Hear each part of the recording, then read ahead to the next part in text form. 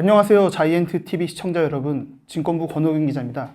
오늘은 김성효 글로벌 사이버 대학교 교수님 모셨습니다. 글로벌 사이버 대학교 경영학과에서 주식을 가르치고 있고, 그다음에 23만 구독자의 부자탐사대라는 유튜브를 운영을 하고 있는 김성효라고 합니다. 미국 대선이 얼마 전에 끝나는데 트럼프가 됐습니다. 한국 증시에 어떤 영향을 미칠지 관련해서 여쭤보겠습니다. 올해 9월 9일에 미국 대선 관련주 투자 가이드라는 책을 내셨는데 트럼프와 해리스 당선을 놓고 수혜주를 제시하셨습니다.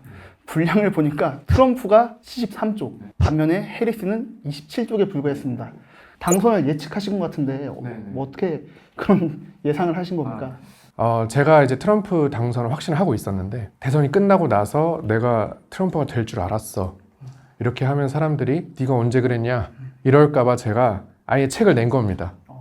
아무도 그 말을 못하게 나는 예측했어 이러려고 이제 9월에 냈는데, 이제 사실은 트럼프 대통령 당선자가 총에 맞았을 때부터 사실은 예정이 되어 있었다, 이제 그렇게 볼 수 있고요. 이제 바이든 대통령의 경우에는 국민들이 선출을 했지만, 해리스 부통령의 경우에는 러닝메이트로 선출이 된 거지 대통령이 아니었기 때문에 아무래도 좀 약할 수밖에 없었다라고 생각을 합니다. 예, 언론 보도는 보통 해리스와 뭐 트럼프가 박빙이다 이런 보도도 많았고, 하지만 언론의 예상을 무참히 깨부시는 아주 싱거운 결과가 나왔는데 트럼프 당선 수혜주로 우크라이나 재건주, 그다음에 방산주, 그리고 석유 조선업을 꼽으셨는데 이유가 무엇입니까? 첫 번째로 우크라이나 재건주는 트럼프 대통령 당선자가 맨날 하는 얘기가 자기가 대통령 되면은 우크라이나 전 바로 끝내겠다. 그렇죠. 하루 만에 끝내겠다. 그렇죠. 무기를 지원을 끊어가지고 전쟁 끝내겠다 이런 소리를 하도 해왔기 때문에, 만약 그렇다면은 이제 우크라이나 재건 사업이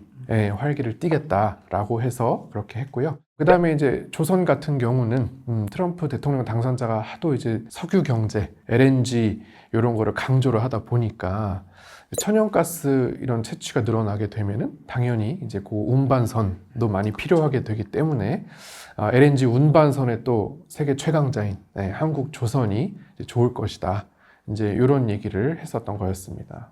정말 놀랍게도 책에서 꼽아주신 섹터랑 종목들이 매우 탄력을 받아서 오르고 있는데, 이제 결과가 나왔기 때문에 지금 들어가기엔 좀 부담스럽지 않은가, 이미 다 반영이 돼 있는 거 아닌가, 뭐 이런 의견도 있을 수 있을 것 같은데 어떻게 보십니까?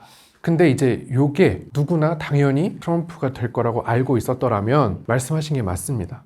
근데 지금은 해리스가 우세하다는 한국 언론의 보도가 워낙 많았기 때문에 사람들이 해리스가 될 거라고 좀 생각을 했던 모양이에요. 트럼프 당선이 어떻게 보면 좀 의외라고 생각이 될 수 있고, 그렇기 때문에 이제 일부 종목에 한해서는 계속해서 올라갈 게 충분하다라고 생각할 수가 있습니다. 매출이나 이런 것들이 본격화되면은 정말 재건 사업이 본격 진행되고 실제로 가서 우리 기업들이 가서 돈을 벌면은 또다시 추가 상승 여력이 있다, 뭐 이렇게 이해하면 될까요? 막상 이제 간다 하면 그때는 떨어지겠지만 재료 소멸로 갈랑말랑한다, 곧 갈 것 같다, 뭐 이런 식으로 이제 나오게 되면은 이제 오르다가 막상 진짜로 간다 그러면 그때 이제 떨어지겠죠.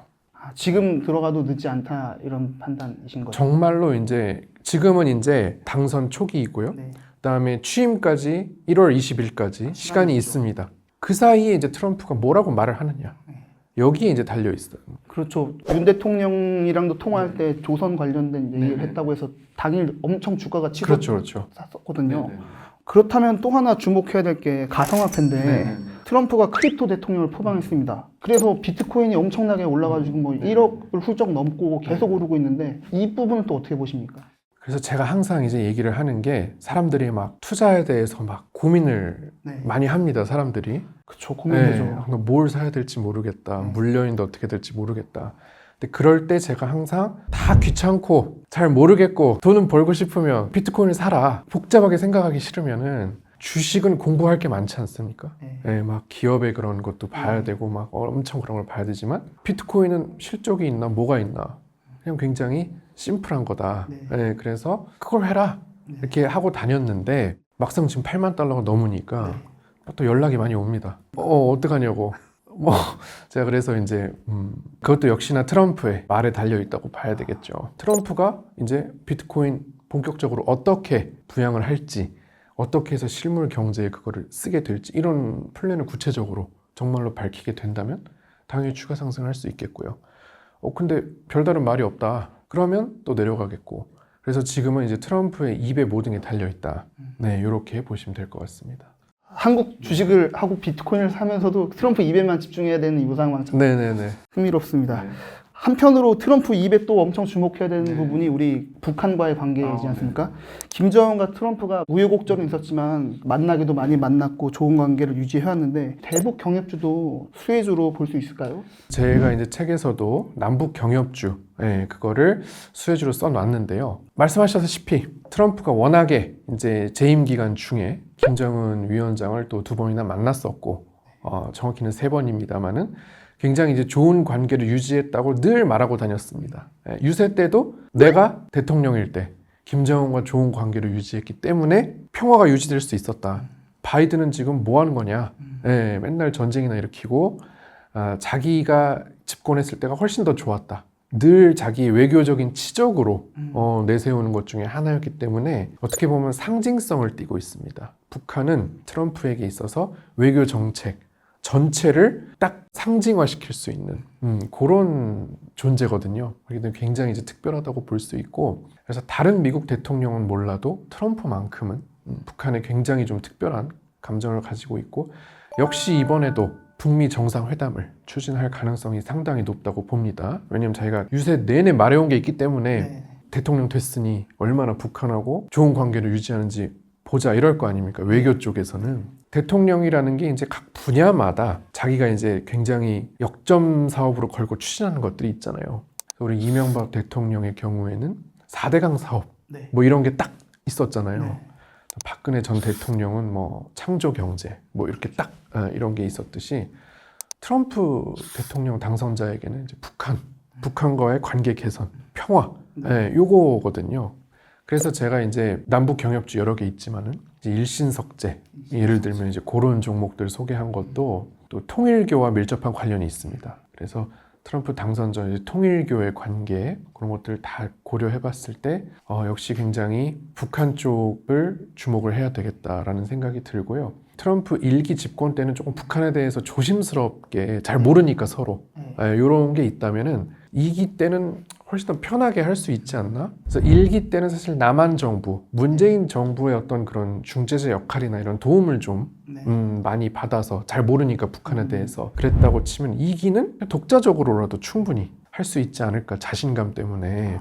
네, 그래서 1기 때는 말로 재선도 걸려 있고 북한이 또 워낙에 미지의 존재고 하니까 좀 남한에게 의지했던 측면이 있다면은 2기 때는 이제 뭐 재선도 없고 하고 싶은 거 다 할 수 있으니까 자신감 있게 북한과 어떻게 보면 직접 그런 거를 추진할 수도 있다고 생각합니다. 자신감 붙은 트럼프가 북한과 어떤 관계를 맺어나갈지 주목할 일입니다. 트럼프가 당선됐을 때 상극인 업종을 꼽으셨는데 전기차 그리고 신재생에너지 분야를 꼽았습니다. 책에 적은 대로 트럼프 당선 이후에 이 전기차랑 신재생 에너지 쪽 한국 기업들이 많이 타격을 받았습니다. 트럼프가 막무가내가 아니라 뭐 나름대로 근거를 가지고 그런 정책을 추진한다고 보시고 계신데 설명 좀 부탁드립니다. 한국 언론을 보면은 이 항상 헤드라인에다가 트럼프의 어떤 정책의 그런 결론만 딱 크게 써놓습니다. 그러니까 사람들이 이제 그것만 보면 너무 트럼프가 이상한 거예요. 한국 사람들이 볼 때는 전기차는 친환경인데 전기차 보조금을 폐지하겠다 뭐 이런 게 이제 헤드라인으로 있으니까 친환경인데 왜 폐기해? 이게 약간 이상하잖아요. 사실은 이제 미국 언론이나 트럼프의 공약집이라든지 이런 걸 자세히 보면은 트럼프가 이제 전기차를 반대하는 이유가 되게 명확합니다. 이제 전기차는 배터리 무게가 있기 때문에 무거우니까 타이어 마모도 심하고 도로의 마모도 심합니다. 마찰력이 세기 때문에. 그러니까는 미국은 땅이 넓잖아요.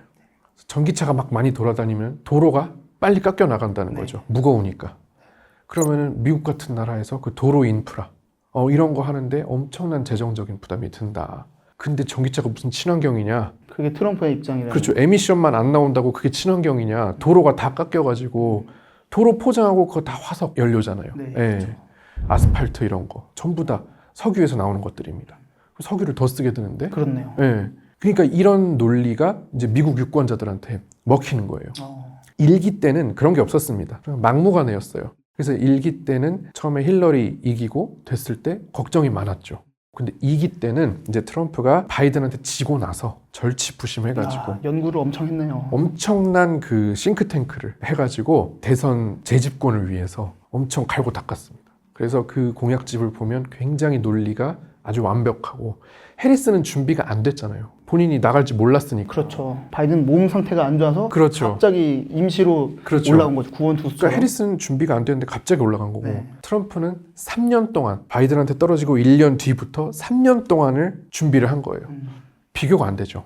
이 공약의 어떤 정교함, 세련됨 이런 게 미국 유권자들이 보기에도 너무 차이가 나는 겁니다. 그래서 미국 유권자들이 제가 바보가 아니다. 모자라서 또라이 그렇죠. 트럼프를 뽑은 게 아니다. 그렇죠. 여러분도 그 어젠다 47 그걸 읽어보시면은 놀라실 수 있어요.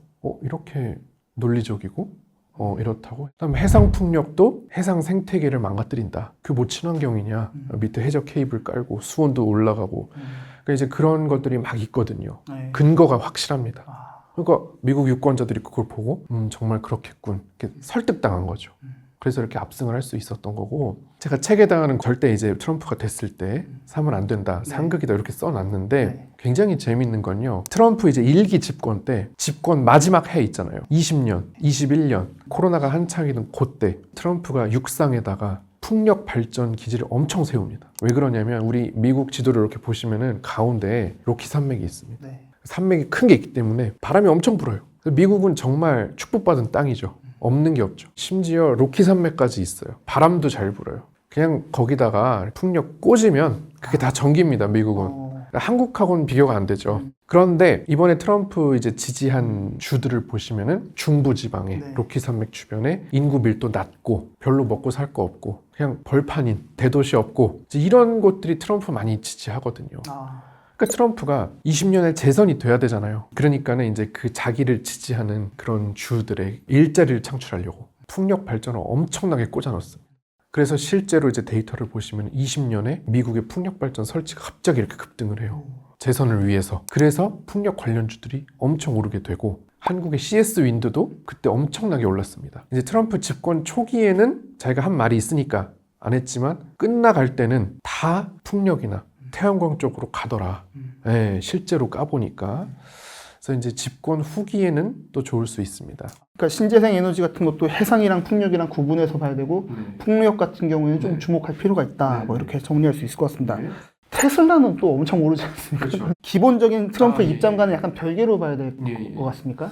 제가 항상 얘기를 하는 게, 주가를 이제 움직이는 가장 강력한 원동력은 정치적인 거다. 경제적인 게 아니다. 우리가 뭐 실적이 잘 나오고 업황이 좋고 그런 거는 사람들 마음에 불을 지피지 못합니다. 그냥 잔잔하게 좋구나 이러는데, 정치적인 건요 엄청나게 강렬한 감정을 불러일으켜요. 트럼프가 너무 싫어, 너무 좋아, 이런 극단주의자들, 이런 게 사람들 심리에 엄청나게 이제 강한 임팩트를 주는 게 정치적 이벤트고요. 그렇기 때문에 주가도 굉장히 극적으로 변하게 됩니다. 주가가 이제 심리의 반영이니까 그냥 뭐 테슬라가 인도량 늘었어, 뭐 어디에서 뭐 했어, 이런 거는 굉장히 잔잔하거든요. 근데 트럼프를 지지했어, 몰빵했어, 유세 가서 춤췄어, 근데 트럼프가 됐어, 이거는 이제 사람들에게 엄청나게 이제 강력한 매수 심리를 자극한다는 거죠. 일론 머스크가 배팅을 아주 제대로 한 거네요. 그렇죠. 그래서 사실은 한국도 마찬가지고 미국도 마찬가지로 정치적인 것과 이제 연동이 되어 있다. 어떤 사람의 선거라든지 아니면 정책의 변화라든지 뭐 이런 거랑 이제 강력하게 연동이 되어 있는 경우는 주가가 굉장히 급격하게 변합니다. 그래서 제가 항상 하는 말이, 정치적인 이슈를 볼 거냐 경제적인 이슈를 볼 거냐 할 때 대부분은 이제 경제적인 이슈를 당연히 주가 분석할 때 봐야 된다고 생각하지만, 사실은 그건 안 봐도 된다.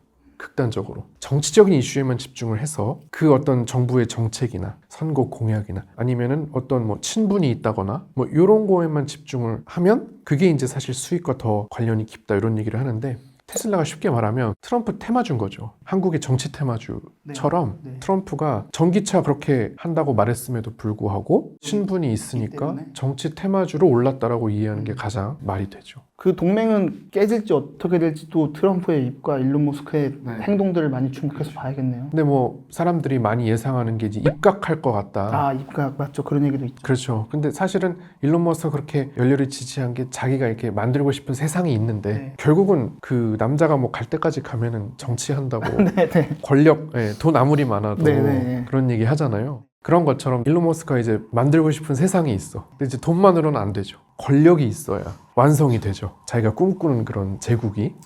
그렇기 때문에 이제 그랬다라는 얘기가 많죠. 해리슨이든 트럼프든 누가 당선되든 수혜받는 종목 있다 이러면 사람들이 저 같은 사람 입장에서는 제일 눈이 가게 돼 있거든요. 바이오를 꼽으셨더라고요. 네.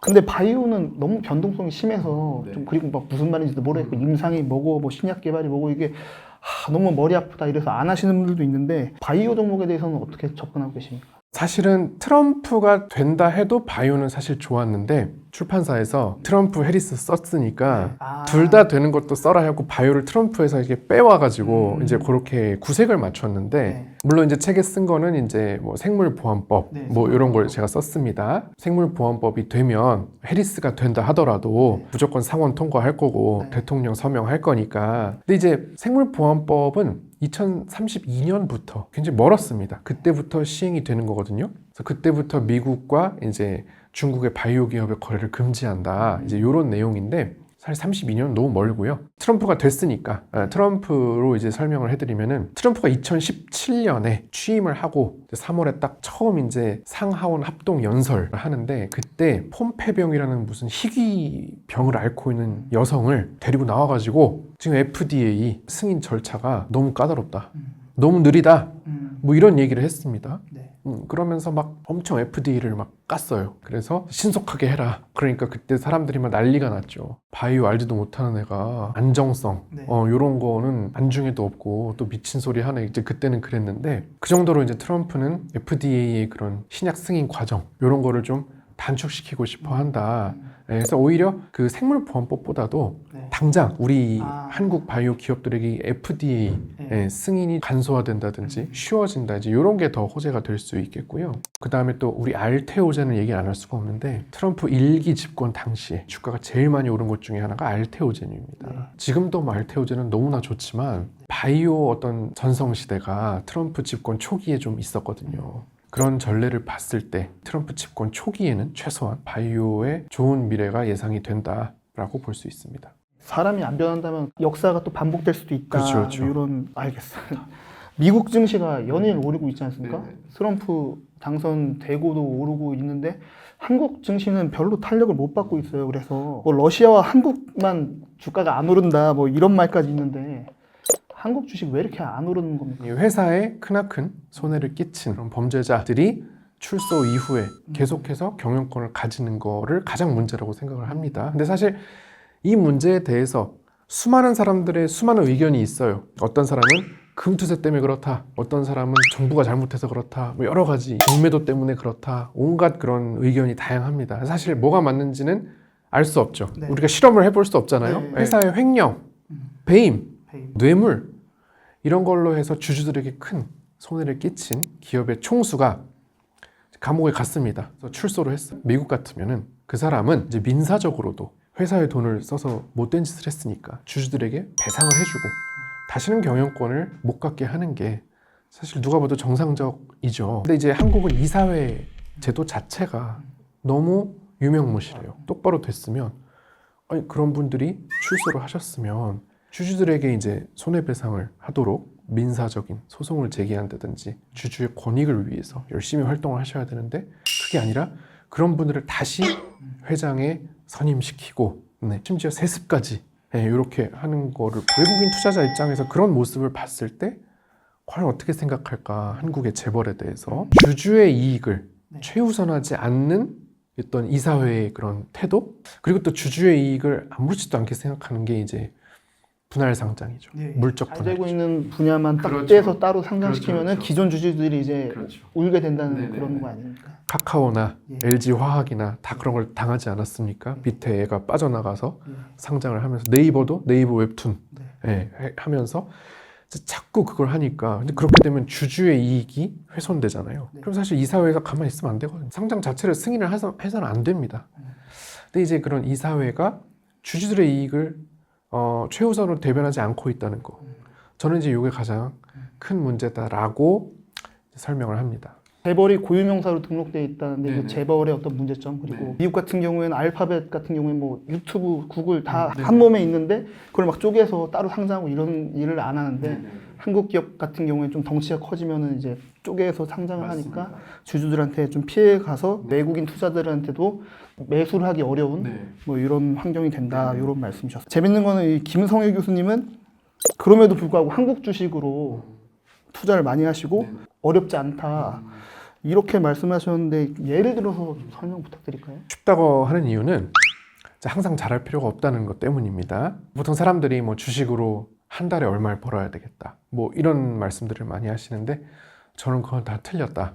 네, 한국 주식은 그렇게 꾸준하게 네. 잘할 수 있는 게 아니다. 월배당 ETF가 아니다. 아, 그런 느낌이 아니다. 네. 그거는 이제 미국 주식이나 네. 코인의 느낌이고 네.